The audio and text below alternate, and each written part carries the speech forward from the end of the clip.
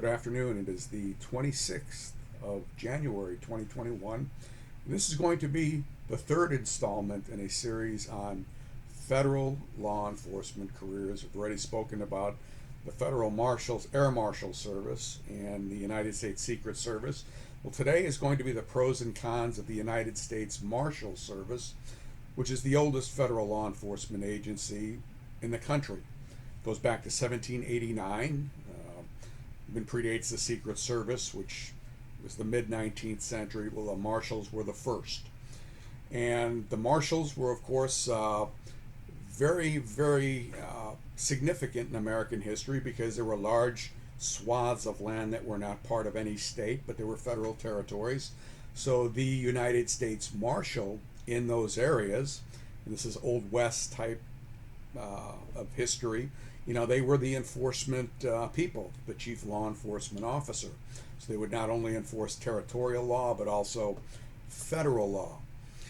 And one thing that you should know about the United States Marshals, the Deputy United States Marshal's position, is that of all federal law enforcement agencies, a Deputy United States Marshal has more law enforcement authority, statutory law enforcement authority, than any other law enforcement officer in this country, to include the FBI, to include state and local police.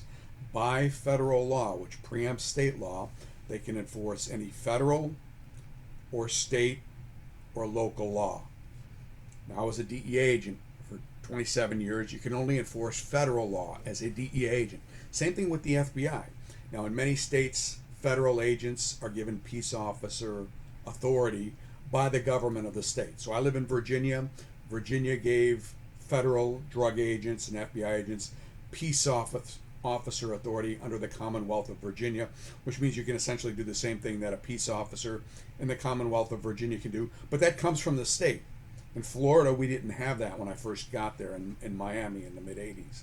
They did not want to give the feds peace officer authority. But the United States Marshals, by virtue of their position, have, again, authority to make arrests for federal crimes, state crimes, local crimes. And again, they have a long and storied history in the United States. Well, what do they do today? They're principally the enforcement arm of the United States District Courts. Okay? As such, they provide security for federal courthouses.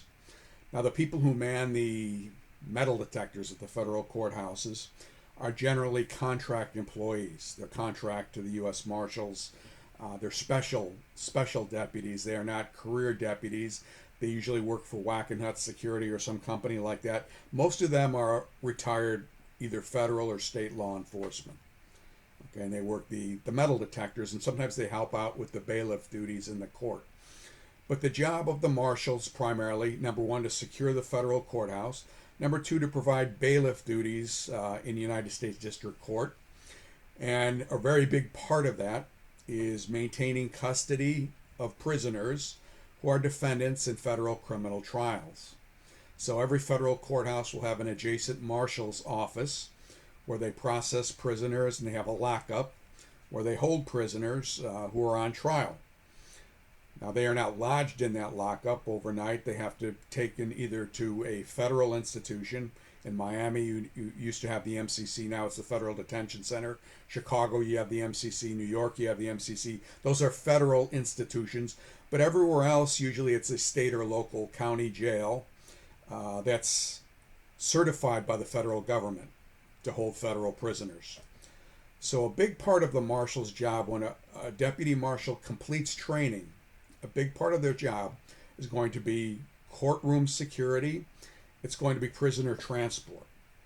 And the first details you'll probably be placed on is going to pick up a list of prisoners at the local county jail at 0:30, driving them to the federal courthouse, putting them in the lockup, escorting them to court, babysitting them while they're in court. And that's what you're going to be doing. You'll be doing a lot of prisoner transport. Federal prisoners, like so you can always tell the marshals are coming because you can hear the chains and the handcuffs. So that's a big part of that job. A lot of it is security type related. A lot of it is prisoner transport related. And again, that might be just what you're looking for. It might not be what you're looking for. Okay, so that's something to keep in mind. So that could either be a pro or a con. Now, what do they do in terms of enforcement work outside of the courthouse? Well, one duty that the United States Marshals have that no other agency has is that they are responsible for the execution of federal arrest warrants of two types. Number one, let's say a federal agency such as the FBI or the DEA, we do an investigation and we go get a warrant from the federal magistrate or an indictment, and an arrest warrant is issued. Well, then we have the option, as the FBI, the DEA, ICE, to go look for that fugitive. And we have a period of time where we're mandated to look for that fugitive. Now, if we can't find that fugitive, we have the option of either retaining that fugitive or delegating apprehension responsibility to the United States Marshal. And more often than not, I can tell you that's what happens. We delegate the authority to the U.S. Marshals because our job is to go out and make more fugitives, not to try and hunt down the ones that are there, and the Marshals are good at it. Secondly, anyone who has had an initial appearance in federal court. So if they've had their initial appearance, they bond out, they don't come back, then they are automatically Marshals fugitives. We don't look for them. Other agencies don't look for them. That's solely the job of the U.S. Marshal. So they have fugitive task forces, and in that they do fugitive investigations to locate them and arrest them. So that's an interesting job. It's an enforcement-related job. You'd be doing a lot of door kicking and arresting people. And also you're going to be doing a lot of responding to state and local facilities, the local police department. We picked up this person, DUI, and we ran his prints, and it turns out he's not Jose Sanchez, he's Juan Valdez, and he's wanted for cocaine trafficking. He didn't appear. Come get him. And the Marshals have to come get him, and it might be, night, might be whenever. You have to come get him and take him to federal court or take him to the jail and process him in, and then pick him up in the morning and take him to federal court. So again, this is, it's a positive, but it also might be a negative. It's a lot of prisoner transport either way. And even when you do locate a fugitive, the arrest of the fugitive is the short part. Then after that, you have to process the fugitive and take them to court. So it's a lot of processing, a lot of transporting of federal prisoners. Now, what else do they do? Well, besides that, they will handle juries. If a jury has been sequestered, then the Marshal has the responsibility of sequestering the jury. A sequestered jury means that they have to be, they can't go home at night because it's a big, dangerous criminal that they're trying, and or the press may try to get to them. So the Marshals sequester juries. The Marshals are also responsible for the Federal Witness Security Program. Not the witness, it used to be called the Witness Protection Program. It's really the same thing. So I was a DEA agent, again, for 27 years. If we had a witness whose life was threatened, and these are kind of few and far between that qualify for this program, then we write up an application and the Department of Justice approves them. Has to be done by the Department of Justice, place them in WITSEC, and then the Marshals are responsible for them. And they provide them with a new ID and relocate them. And so long as they stay in the program, they've never lost a federal witness. Now, here's the other news. Most of them are criminals and they don't want to be in the program, so they basically opt out after a short period of time because it's too much of a restriction on their way of life, and they don't like working for a living. It's much easier to go back doing whatever they were doing. So like Sammy the Bull Gravano and people like that, they're not in the WITSEC anymore because it's too confining for them. Who wants to obey the law, right? Okay, so they run the Witness Security Program. They also run this huge transportation system, which when I came into DEA was not in existence. When I came into DEA, if you had to transport a fugitive from San Diego to Washington, it took two agents, or in the Marshal's case, at least two Marshals with a guy sitting between you on commercial air. Okay, that isn't the case anymore. They have their own fleet of aircraft called JPATS, the Joint Prisoner Aircraft Transport System, something like that, also known as Con-Air, also known less favorably as diesel therapy. And with that, they move inmates. They work with the Federal Bureau of Prisons and with other agencies, ICE, to move federal prisoners across the United States. And so a lot of them go flying and do prisoner transport. And again, that's something that came into being after I joined DEA, so it's relatively recent. What are some of the pros of becoming a United States Deputy Marshal? It is very highly rated by the people in there and has very low turnover. So probably you're going to stay with that agency for 25, 30 years. I would say the same exists with the Secret Service, but not with the federal air marshals. Most of the air marshals do not want to stay with that agency, but most of the marshals do want to stay with it. So that's a good thing. What are some of the bad things? Number one, it's a lot of prisoner transport. Okay. Number two, it's political leadership. What do I mean by that? Well, besides the head of the agency being a political appointee, each federal district has a United States Marshal who's the chief of the U.S. Marshal Service in that district. So in the Northern District of Illinois, let's say, it's a federal court district, there is a United States Marshal. Who appoints him or her? The president, and they're confirmed by the Senate. So in the DEA, FBI, ICE, you'll have a special agent in charge who's a career member of that agency. In the Marshals, it might be a career member of that agency, and it might be just some guy who gave money to the party, who may or may not know anything about law enforcement, but is your boss, So, that's how it goes. And these aren't Wyatt Earp types, They're some of them have really interesting backgrounds. They just want a GS-15 job or an SES job, senior executive level, political appointee for the length of the president's term, and so that's what it is. Now, sometimes they're appointed from within. But again, the United States Marshal, as opposed to the Deputy Marshal, Civil Service, the U.S. Marshal, that's reserved. That's a presidential appointment. Okay, Deputy U.S. Marshal, what are the requirements to get in? Okay, the qualifications to get into the Marshal Service. Obviously, you have to be a United States citizen. The minimum age for appointment is 21. The maximum, like in all federal law enforcement, is you must be appointed before your 37th birthday, with some exceptions. For instance, military service is an exception. And also, if you've served as a federal law enforcement officer in another civilian agency, you can transfer from one agency to another.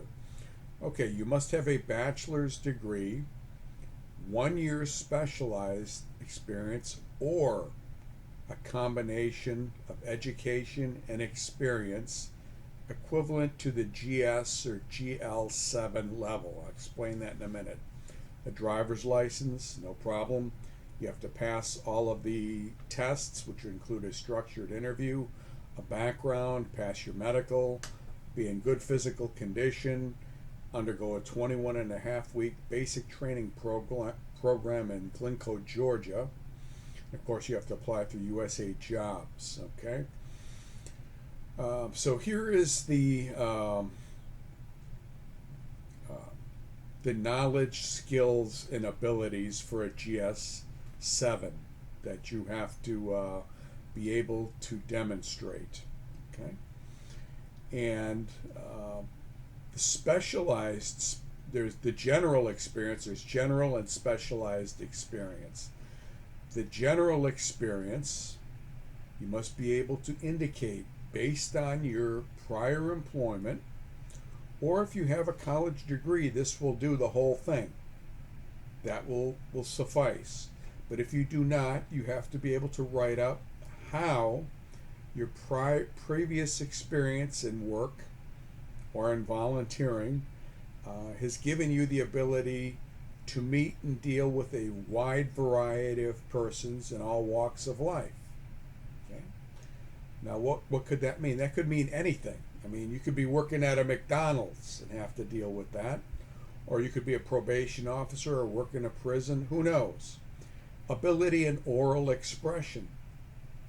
Ability to make decisions and act quickly under stress. So if you were a fireman, a police officer, a correctional officer, if you were in the military, okay, there you go. Problem-solving ability and the ability to prepare clear and concise reports, or a 4-year course of study above high school leading to a bachelor's degree, or a combination of work and education. Now, for the GS7, the specialized experience is as follows: 1 year experience at the GS5 level or E5 level that demonstrates the knowledge, skills, and abilities necessary to perform the duties of the position to be filled. Again, deal tactfully with associates, subordinates, public, and prisoners. So if you're a deputy sheriff, a police officer, that would do that right there. Planning and carrying out criminal investigations such as making arrests, serving court orders, using firearms, dealing with uncooperative people. Really any type of law enforcement experience, from corrections to uniform patrol to detective work. This would all qualify. And in the military service, if you were assigned to military police, shore patrol, if you've ever, heck, if you've been the non-commissioned officer, sergeant of the guard or something, that's experience, because people under you have to make arrests. They may not have to serve court orders, but use firearms, deal with uncooperative people. So let's say you were a gate and military police officer in the Marine Corps. Well, again, okay, you're doing security on the gate, you carry a firearm, you deal with uncooperative people, and if necessary, if somebody's coming on base who's unauthorized, you have to make arrests, and if they're positive in an NCIC database, you would detain them until the police arrive. Utilize knowledge of the law and court precedents as they relate to search and seizure matters, okay? This they don't do too much, but, again, if you've been through a police academy, and certainly if you're a police officer, military or civilian, this should be part of your experience and training. Preparing reports, again, on actions taken during the execution of civil and criminal processes. So again, police experience, uniformed police is fine. Executing warrants by locating wanted persons through conventional forces. You were a state trooper, you pulled people over, you ran them an NCIC, and those who were positive, you locked up. That's executing warrants by locating wanted persons, okay? Now, if you have a degree with high GPA, 3.0 or higher out of 4, for all completed undergraduate courses, or for those completed in the last 2 years of undergraduate study, you're good to go without any of this. You don't need any of this, okay? So you go to college, you work your butt off, or don't even work your butt off, just do good.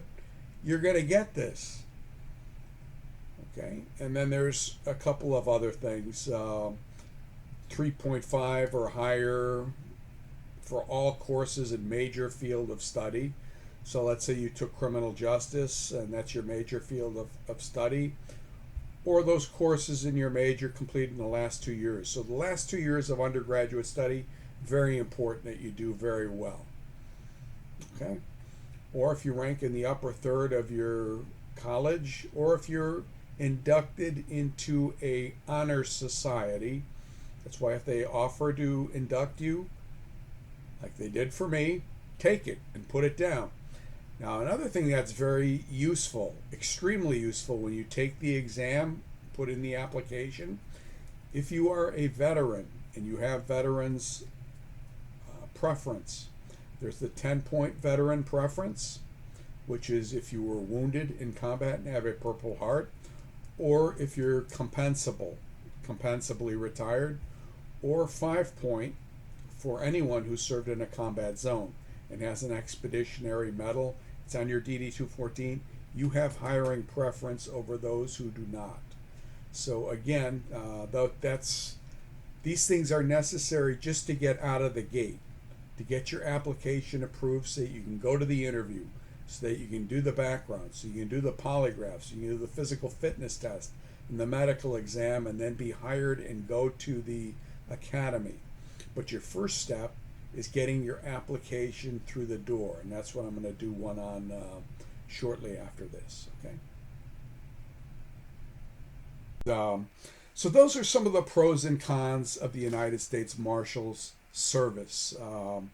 They also handle the seized asset forfeitures, the asset forfeitures that are seized by the assets seized by the DEA, FBI, drug-related stuff, money, vehicles. They hold that until it's forfeited to the government, and then it goes to the agencies that worked with us or to other agencies or to a Justice Department fund. So they manage that as well. That's primarily administrative in nature.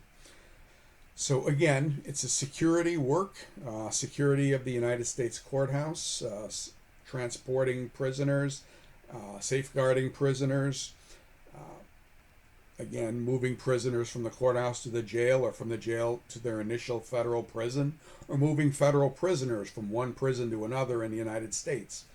Investigations, locating and arresting federal fugitives. Some protective work. There's a lot of protective details, actually, that marshals are assigned to, such as the Attorney General. You think they would get the FBI? No, they get the marshals. The FBI does not want to. I don't know whether they want to or not, but it's the marshals that guard the Attorney General, the Deputy Attorney General. The marshals usually guard ONDCP, the Office of National Drug Control Policy, and just about anyone else who wants a detail and feels threatened. The marshals end up providing that detail. So it's protective work. But the law enforcement work, arresting fugitives, that part is exciting. That part is interesting. But the rest of it, it's going to be kind of mundane, moving inmates from one place to another.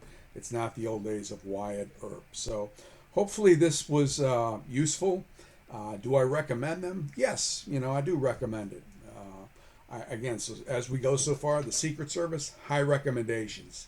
9.9 out of 10. The Federal Air Marshals, I would never join them. Never. I give them a 2.5 out of 10.